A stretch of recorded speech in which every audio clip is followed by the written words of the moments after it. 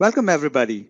Thanks for joining today's webinar on Introduction to Generative Adversarial Networks using Apache MXNet. I'm Sunil, and I have Yash here with me.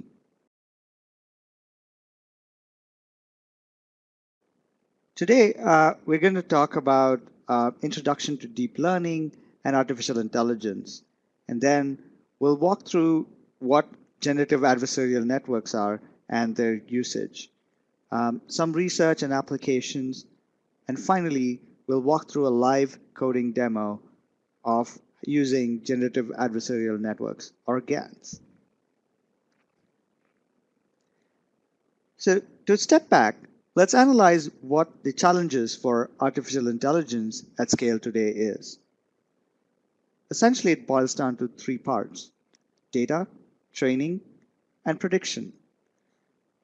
Now, deep learning has enabled a lot of interesting problems to be solved, and one of the major components of that is having lots of data. And today, thanks to the cloud, we can store petabytes of data for really cheap. Now, as far as training is concerned, to process large amounts of data, we need a lot of compute, and especially GPUs. Now, thanks to the cloud, again, those are available at a low cost and in an elastic manner. And once these models have been built, we can deploy them on EC2 or actually on edge devices like a Raspberry Pi, and also on Lambda and IoT devices. So let's take a look at what Amazon AI Stack looks like. So at the very top, we have AI services, and then we have platforms, and then frameworks. And the ease of use gets easier at the top. That is, these are services where the heavy lifting has been done by AWS, and we have pre-built models in the area of vision, text, and NLP, all provided to you at that layer, just like you would use any other APIs. So we have Amazon Recognition for vision-based applications. We have Poly, which is a text-to-speech application, and Amazon Lex help you build chatbots. At the AI platforms layer, where folks want to get a little deeper and do data processing and machine learning at the same layer, this is where it's helpful. A great example of that is EMR, Elastic MapReduce service, and Spark with Spark ML. The AI frameworks is for people who want to be at the bleeding edge and build really complex applications. And to make this easier, what AWS has done is provide a deep learning AMI at no additional cost. So it encompasses all the popular deep learning frameworks like Apache MXNet, TensorFlow, Caffe, Keras, and including libraries like NumPy, SciPy, scikit-learn, which are important libraries to do data processing, along with a Jupyter Notebook, which is one of the most popular interfaces for data scientists these days. Now, if you kind of look at where are we applying deep learning these days, it's pretty much evident that it's being applied in every imaginable field today.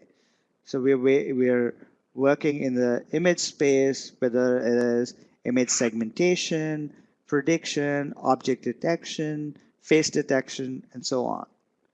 And in case of audio, do a lot of audio processing, music generation. People are using to convert speech to text, and so on. In natural language processing, be it sentiment analysis, entity understanding, translation from one language to another, or any format, So as you can see, there are a wide variety of applications for deep learning. Now, just to give you how I'm going to walk in the next 2 or 3 minutes, just a really high-level understanding of what happens in a neural network. A neural network has 3 components. There's an input layer, there's a hidden layer or layers, and an output layer. The input layer is essentially a vector of data that you give it. And then the hidden layer is where these features are mapped into a higher dimensional space. So you can think of this as there's a representation where all these features are projected so that you can do the task at hand. And finally, an output layer that maps. So you will go the hidden layer features that are learned and mapped are then mapped to the output layer. Now, what you're doing is essentially learning a function which, to be more specific, you're learning the weights such that your function f of x is actually a combination of it's a sum of the weight and the input vectors at every layer and bias. Now, this is an illustration of what I just described. So we have the input layer, hidden layers, and an output layer. And this is what we call as a multi-layer perceptron, which is one of the most simplistic neural networks, but it has shown tremendous superiority for a lot of cases than linear methods like, say, logistic regression. Now, this slide also tells you, when you structure a neural network, the optimal size of hidden layers or the number of neurons is between the size of the input layer and the output layer. Now let's walk through what is learning in a deep learning network. So let's take an example where our network has been initialized with random weights, and we have an input vector and a label. Now, as we pass the input through the network, computations are done, and the weights the input vector is multiplied by the weight at every layer, and then finally we compute the output at the layer. So let's just call it x prime. Now, what happens is, since a random initialization, we did random initialization of weights, we might not get x prime may not be equal to x. So we now need to find the right weights that give us this correct answer. So that is done by a process called as backpropagation. So what we saw earlier is termed as the forward pass or forward pass of the training process. During backpropagation, what we essentially are computing is the delta of each of the weights such that we can get our answer as close to the label or what we were looking for. And now the delta or the equality is generally computed by a loss function. Now, this is done for every layer, and the weights are corrected. And this is essentially the learning process in deep learning. Now, remember, the weights themselves aren't just a subtraction or an addition. Like, they're more complex because it's a higher order function. So what we're doing is computing the weights with respect to with respect to the loss function. So essentially, we have a loss function, and we have a lot of different parameters. So what happens is we have a very non-convex function that we are trying to optimize, and can look roughly like this, with a lot of mountains and crests. So through a process called as gradient descent or stochastic gradient descent, we compute we compute the global minima so that we can get the right delta such that the labels, the predicted label and the actual ground truth label are close to each other. And this is done for every parameter. Now, you can kind of think of this as somebody who is on a hill and trying to ski down, and is taking a step in the direction of the steepest angle so that the person can get down the fastest. Now, we've looked at different applications. If we kind of home in to vision-based applications, convolutional neural networks have been proven to do really well for this application. A convolution neural network is a type of neural network that uses convolutions, which is based on a filter. So you can think of when we do the convolutions, we take a filter or actually a collection of filters, which are then run through our image matrix. So you can see in this image, what we do is we use a convolutional kernel, which is the one in the middle, which shows 4, 0, 0, 0, 0, 0, 0, minus 4. So what intuitively here is happening is each filter is actually learns or highlights a certain feature. So we, in this case, that's a Hemboss filter. We could have a filter that detects certain edges, textures, and so on. So what happens is we learn the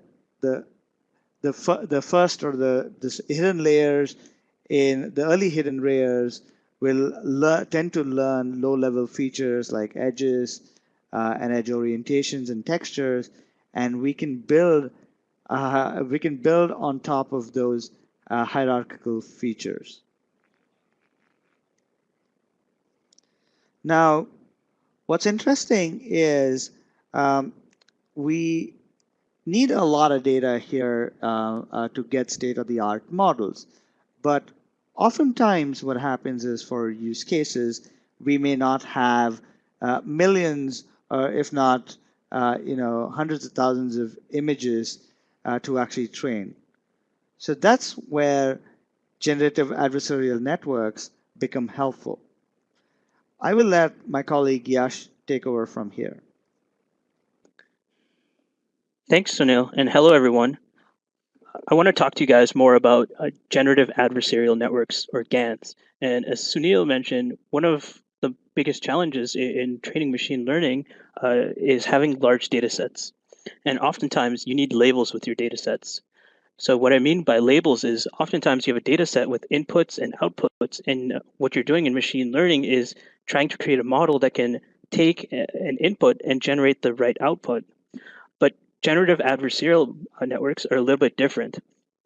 In generative adversarial networks, or GANs, what you can do is you don't need the labels. So you can just have a data set with no corresponding output and still be able to perform machine learning tasks with your data set. So what GANs really are they're a type of generative model. And so what they allow you to do is to generate data. So this could be data like images, text, all sorts of content. And if you look at the slide that I have below here, what this really is the GAN framework. And at the heart of the framework, there's two components. The first component is the generator, and the second component is the discriminator. And what these two components are they are neural networks. So they're deep learning models. And so the way the GAN works is that you start off with an input, which is some set of numbers, and you pass that into the generator model. And what the generator does is it takes that input, the set of numbers, and generates some sort of data out of it. And that data is the generated data, which you can think of as fake data. And it's fake data because it's not data from the data set. It's data that is generated. So you can think of it kind of like fake data. We also have data from the actual data set that we're using to train on. And that you can think of as real data because that is the data from the data set. And so once we have these two sets of data, the generated data and the real data, what we then do is feed it to our second neural network, which is the discriminator. And what the discriminator is a network that's job is to determine whether data that's being passed into it is real or fake. So it's trying to figure out if the data being fed into it is from the generator or the fake data, or it's data from the data set, which is real data. And so when you train GANs, what happens is the generator network and the discriminator network, they're kind of playing a game against each other. And they train each other together. And so the idea is that the generator gets better and better over time at generating data. And at the same time, the discriminator gets better and better at discriminating and telling the difference between generated data and real data from the data set. And so over time, you'll see that both models get better and better until the generator is able to create better data that is harder to distinguish between the data that is generated and the data of the real data set. And the discriminator gets better and better at discriminating between fake data and real data. So GANs are a relatively new concept in deep learning. They came about in 2014. And ever since they came about, there's been a ton of research on GANs, and it's a well-researched area. So what I want to do next is to go through an overview of a various series of GANs that people are researching and some of the applications of GANs. And so if you look on the slide here, this is one application of GAN, which is image generation. So with GANs, you can create images. And these images that you see here, they are images of bedrooms that were created through a GAN. So these aren't real pictures that someone took of a bedroom. These are generated by the computer itself. And so there's a GAN behind the process of this image generation that is able to create these realistic looking bedrooms. And if you look at them closely, you'll find that they're able to learn a lot of features of a real bedroom, things like windows, lightings, and some of them it's really difficult to tell if these are real bedrooms or if they're fake data generated from a computer. And this is another cool property of when you do image generation with GANs is you can actually do arithmetic and basic mathematics on the images themselves. So if you look at the image over here, what we have is we have 3 columns. And in the first column, we have images of man with glasses. And these are images that have been generated by a GAN. And then we also have images of man without glasses and woman without glasses. And what we can do is we can do mathematics like subtraction addition between these pictures. So we can say things like man with glasses minus man without glasses plus woman glasses and get an answer for that. And so we're taking the inputs to all of these GANs and producing a new generated image with this addition. And when you add that up, you get woman with glasses. And you can kind of see how GANs are able to, there's some kind of logic behind this. And with GANs, you can do some sort of image arithmetic on the GAN.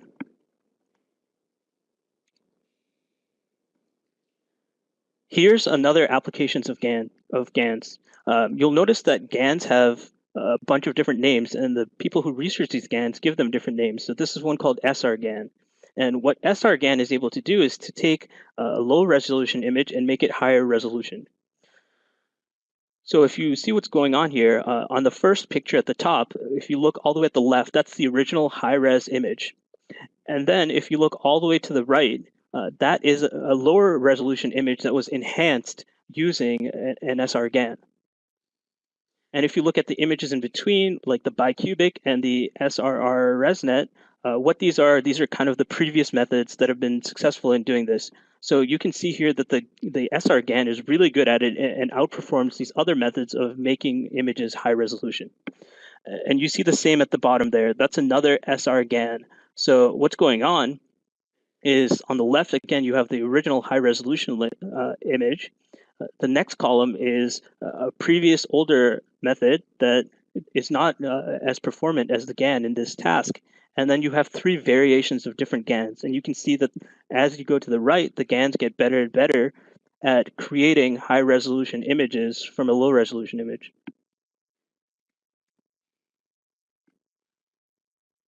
This next one here is called StackGAN. And what StackGAN is, it's a generative adversarial network that's able to create images from text that you give it. So this has been trained on images as well as text. And what it's able to do is you can enter some sort of text, and it generates an image that describes what the text is describing. So if you look at the first one here, it says, a small yellow bird with a black crown and a short black pointed beak. And so the images that you see are being generated by the GAN kind of out of a series of inputs, which is that sentence over there.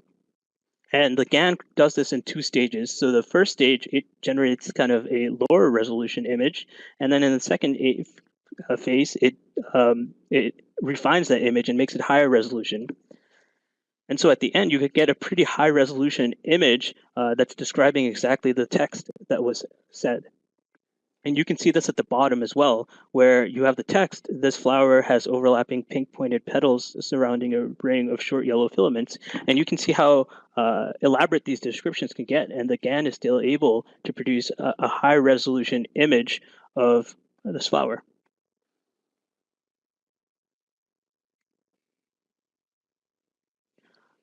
The next one here is called 3D GAN. And 3D GAN, like the name suggests, is able to render 3D models based on certain images that you give it. So here's a 3D GAN that was trained on a data set of furniture. And as you can see, it can take a picture of a chair or a table and create and render a 3D model out of that. And this is pretty exciting technology. You'll notice that it's still rough around the edges with some of these 3D models, but this technology is improving over time. And another interesting property of the 3D GAN is you can do arithmetic on it, kind of just like the image generation GAN that we saw earlier. So you can do things like have one chair minus another chair plus another chair, and that has some logic to it and creates a third chair or fourth chair that is a combination of the previous chairs that we looked at.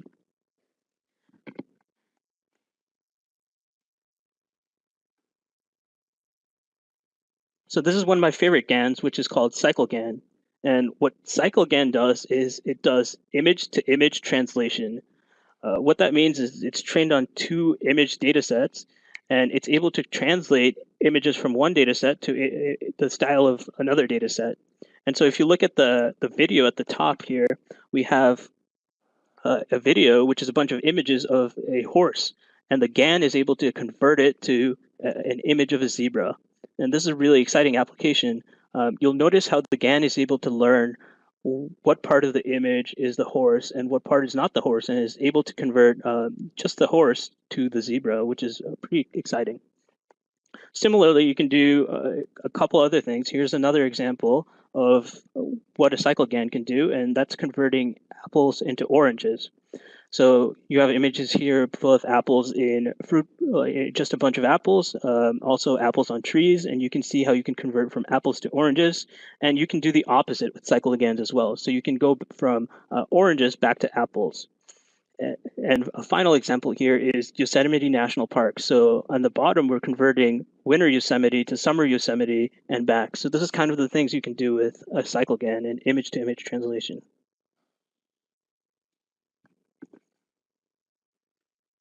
And I also want to go over what's called DiscoGAN.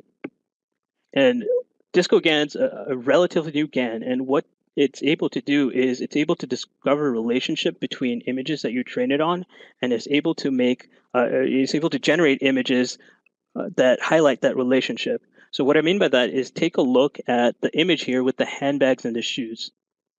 So this was a GAN that was trained on images of handbags and shoes. And what you can do is you can input this kind of blue and black handbag and have it output a shoe. And the shoe that it outputs is in the same style, in the same blue and black type of theme as the inputted handbag.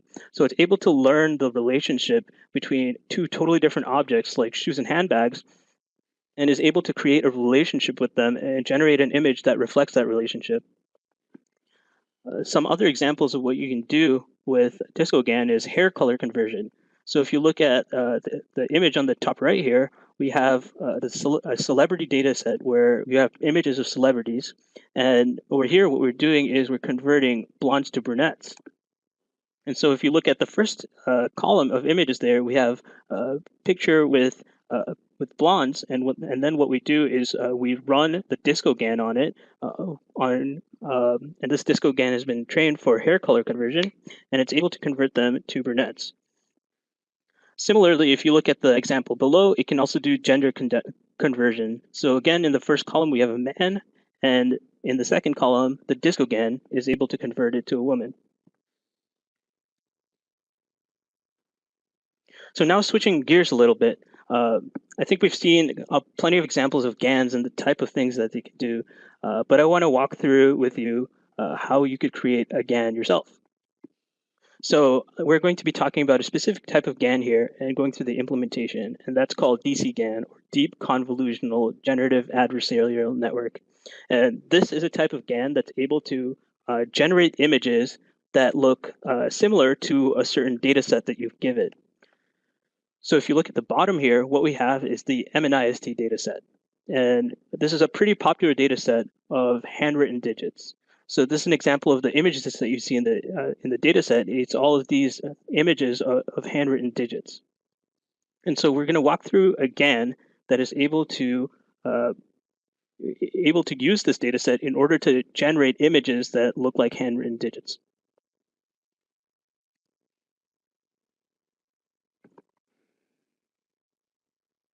So what we have over here is kind of the overview of the concept behind the DCGAN. And once we go over the concept, we'll go over the code itself. So you want to start off here with some of these numbers that are inputted to into the generator. So what these are random numbers, and these random numbers are selected from a normal distribution of numbers. And this is often called in DCGAN the Z vector. So we start off with these random numbers, and we toss them through the generator. And the generator is this neural network that you see over here. So Sunil talked earlier a little bit about convolutions and convolutional neural nets. What's going on in the generator is that we're doing the opposite operation, which is the deconvolution. So what we're doing here is a process called upsampling. And so we're taking our Z vector, which has a limited amount of numbers, and we're scaling it up so that it has more numbers in the next layer, and we're reshaping it. And we continue to do this for multiple layers. So we have layers of deconvolution followed by more layers of deconvolution. And with each layer, we upsample more. We go from a smaller data size, a smaller set of numbers, to more and more numbers, and we keep resizing it. And you'll see how we resize it ultimately into what looks like an image. So at the end of the generator, what we've done is we've created basically an image. And so the numbers at the end of the generator represents the pixel values of the image itself. And once you do that, what you've done is you've generated a fake image. Could be the one like you see here, where you kind of see the numbers from MNIST, but you can tell that they're kind of fakely generated. Once we have the fake numbers, then we have to go towards and look at the discriminator. So what we do with the discriminator is we pass in the discriminator both the fake image that was generated from the generator, as well as the real image, which is an image of the handwritten digits from the MNIST dataset. And when we pass those images in, the discriminator's job is to become better and better at discriminating between what is the real image and what is the fake image. And at the end of the day, as the GANs train together and get better and better together, then we'll have at the end of the process a generator that's able to take in this vector of random numbers and be able to generate images that look like our data set. And then we'll also have another network, the discriminator network, that can take images out there and determine if they are images of handwritten digits or not.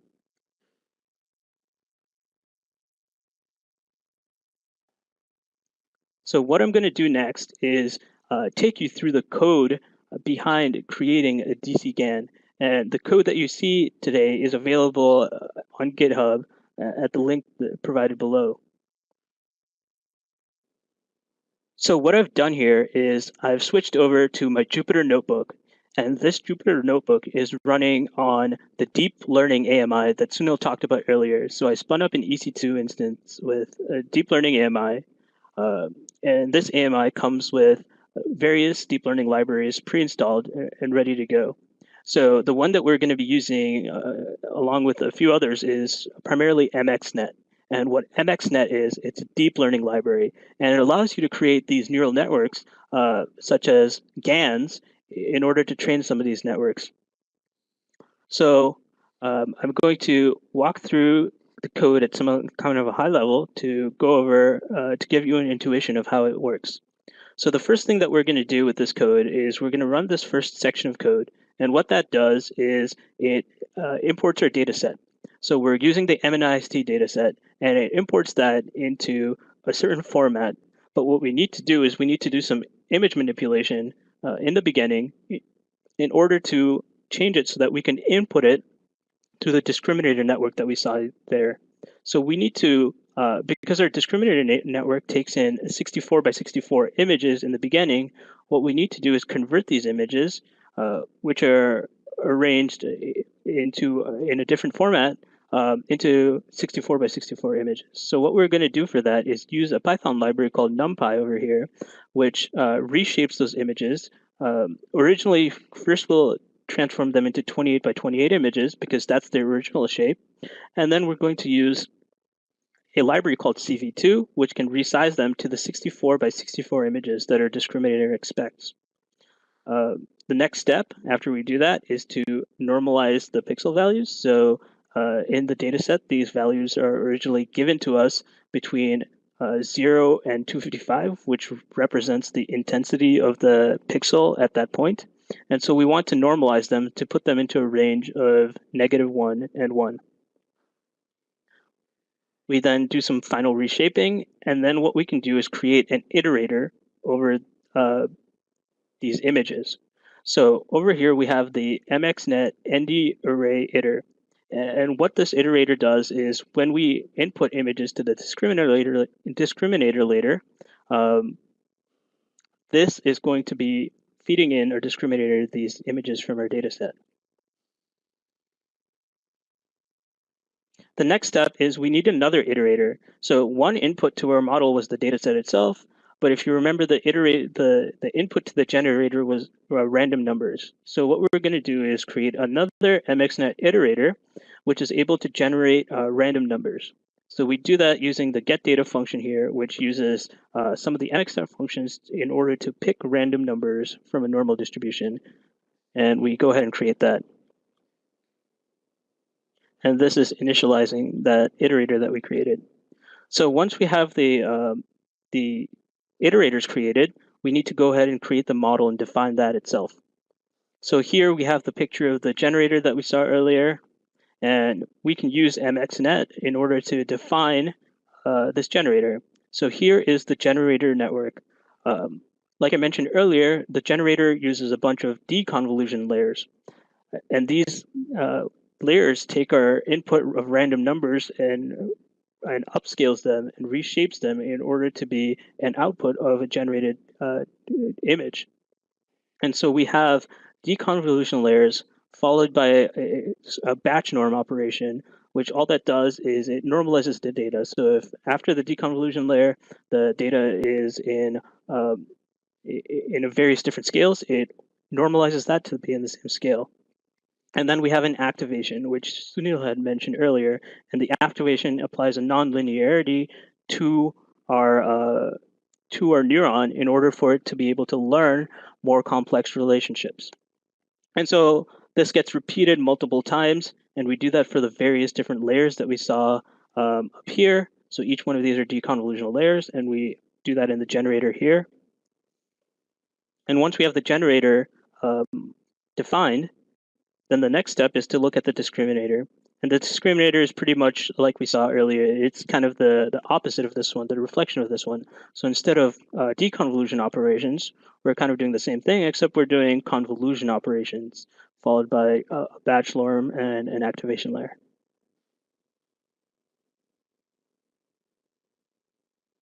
After that, we're going to set up the MXNet module API, and the module API is what allows us to set up the bindings to train the model. So what we can do in this part of the layer is define that we're going to be using a GPU. And this harnesses kind of the power of the GPUs that you can access. On this EC2 instance, in this case, we have a P2 extra large instance, which provides you access to one GPU. And what we're doing here is we're binding the two networks that we created, the generator network and the discriminator, to the context of what we're using, which is the context of the GPU. The final step before we can go ahead and train our model is we need to be able to visualize our model as it's training. So what we're doing here is we go ahead and define a couple of functions that is able to visualize and plot the training as it goes on. So we're using a library in Python called matplotlib, which is able to plot images, and we define a visualize function that is able to use matplotlib, and when you pass in images into this, it'll plot them as it goes. And the final step is to fit or train the model. And what we're doing here, let me start the training, and then I will go over the training itself. The GANs have a pretty nuanced training process and can be difficult to train at times. So MXNet allows you to write code that's able to basically encompass this complex training process. And the training process basically has 5 different steps. What we do is we first iterate through all our data sets, and we iterate through every batch of data in our data set. So we go one batch at a time across the data set. And the first thing that we do is we grab a set of random numbers here, and we put it through the generator. And what the generator does is when we call a generator.forward, it generates an output, which is the fake image. Then we take a look at the iterator. So we pass in the iterator both a fake image a fake image that was generated by the generator in the past step, as well as a real image from the data set. So we pass in the fake image first, and what we do is we save all the weights that we saw that Sunil mentioned earlier through backpropagation, and that happens when we do this backward pass right here. The next step is, again, we do the forward pass and the backward pass on the images themselves, the real images, and then we add those 2 weights, which is happening right over here. And then our discriminator, we update the discriminator, and our discriminator has now gotten a little bit smarter and is able to better recognize between, should be able to better recognize between real and fake images. The final step is then to update our generator itself. So we use the weights that we updated in our discriminator in order to update our generator. And so we do that here. And then our generator, when we update it, also gets better at generating images. And we do this in a loop for every batch and every round of data set that we're doing. So over time, both our generator and our discriminator train together and get better and better at their jobs. So the final step here is to actually print. And so we call the visualize function that I showed earlier. And this visualize function shows the training as it goes. So if you look at the bottom here, here's the actual training.